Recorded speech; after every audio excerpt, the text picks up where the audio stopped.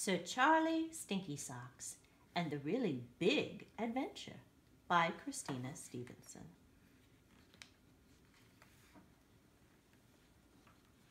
Once upon a time, there was a deep, dark forest where monstrous trees groaned, terrible beasties moaned, and wiggly-woos waited to tickle your toes.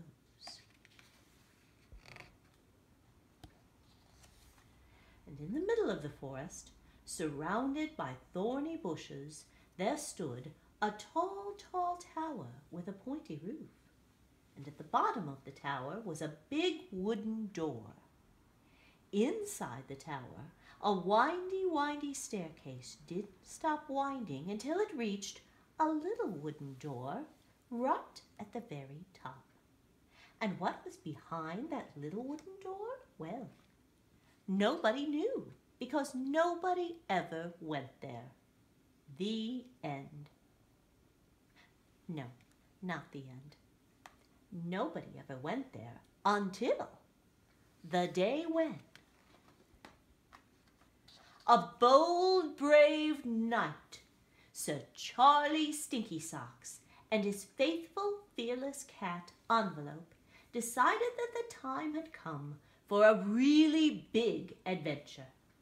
Sir Charlie picked his best sword, packed some sandwiches, a big bottle of water, and a favorite little something for the journey, just in case.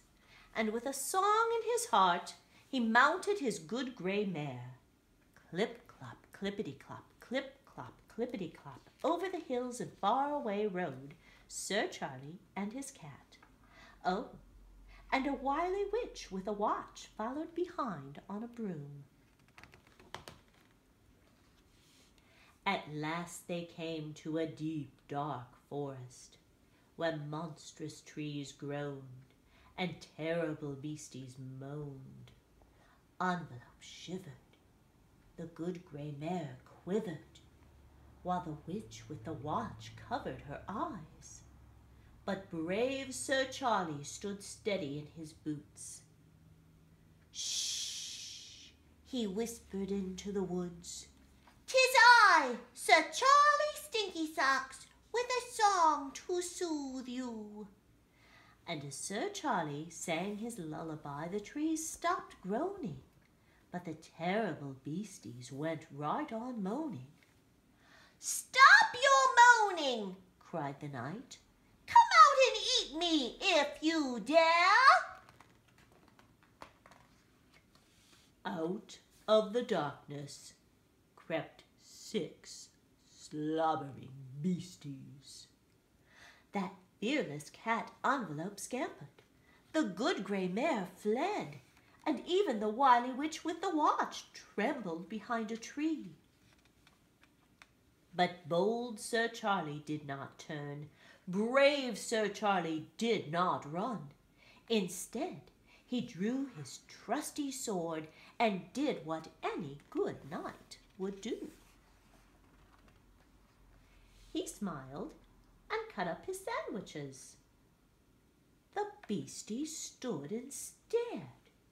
They were hairy, hideous creatures indeed, but they were more scared of Sir Charlie Stinky Socks than he was of them. Charlie fed the beasties, and the beasties stopped moaning, and the wily witch with the watch looked on with a grin and checked the time. But this was no way to end a really big adventure.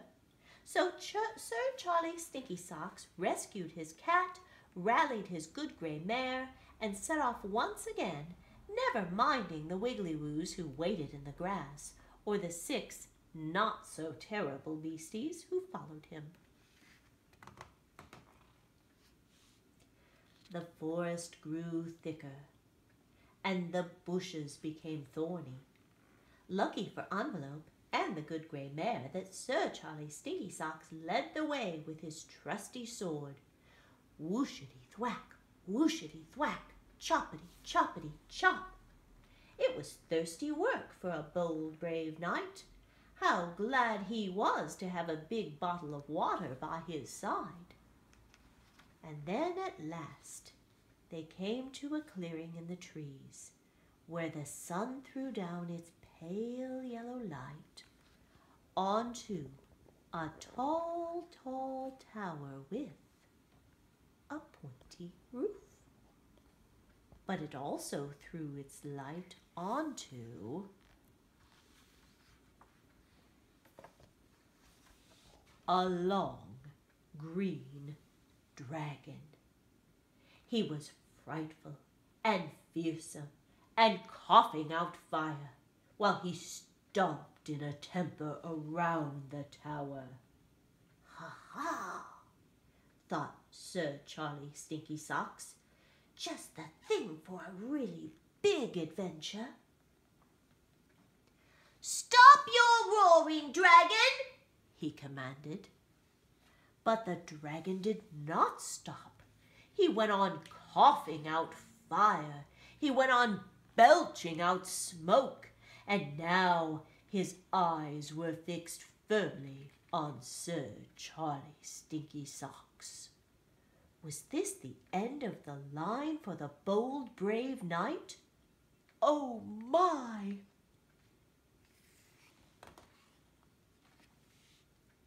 Envelope did not hang around to find out, and neither did the good gray mare. Only a worried, wily witch and a couple of wiggly-woos watched. But bold Sir Charlie did not flinch. Brave Sir Charlie did not flicker. He took out his big bottle of water and, kind, clever Sir Charlie Stinky Socks gave that old dragon a long, cool drink.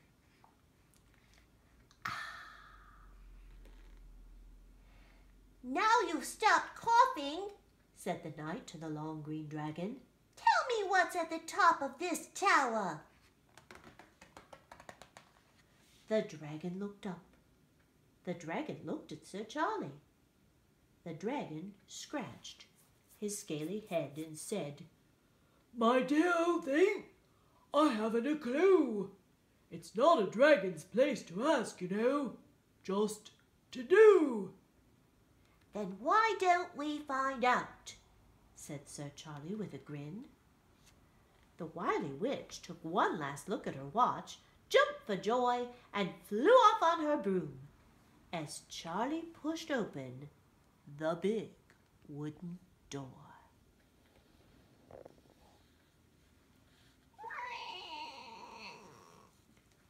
Up the windy, windy staircase marched Sir Charlie Stinky Socks.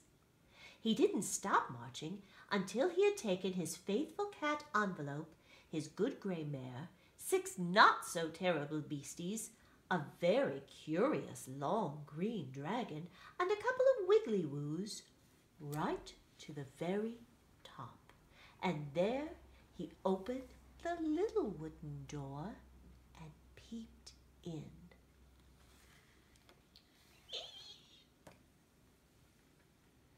A big black cauldron stood in the middle of the room, and stirring it was the wily witch, of course.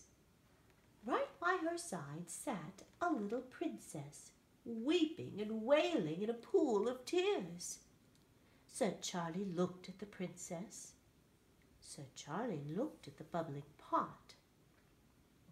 Sir Charlie didn't wait another minute. He drew his trusty sword and bounded over to the rescue of the little princess. "Stop your weeping!" cried the knight.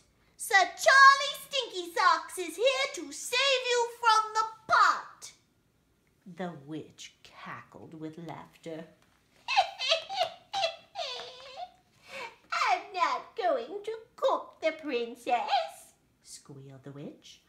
"I'm cooking the food for her birthday party. It's today at 3, you see. I do it every year. You know, I blow up balloons and decorate the tower. I send out invitations, hundreds of them. And looky here," she cried, tip-tapping at the face of her watch. "It's nearly 3. Yippee!" "Then why are you crying, princess?" asked Sir Charlie. Because, Shrieked the princess. we live at the top of a windy staircase in a tall tower with a pointy roof surrounded by thorns and guarded by a fire-breathing dragon, and it's in the middle of a deep dark forest where wiggly woos wait in the grass to tickle your toes, hungry beasties moan, and monstrous trees groan, so nobody ever comes. Oh, yes, they do, said Sir Charlie as he flung open the door. Behold, Sir Charlie Stinky Socks and his friends. That night, the lights burned brightly in the tall tower with the pointy roof as a happy little princess had a rip-roaring good time. And when the candles had been blown out and the cake eaten up, Sir Charlie Stinky Socks took out the favorite little something he had brought from home just in case, and he gave it to the princess. "Many happy returns of the day," he said. And everyone cheered, "Hooray, hooray, hooray!" because that's what people do at the end of a really big adventure. The end.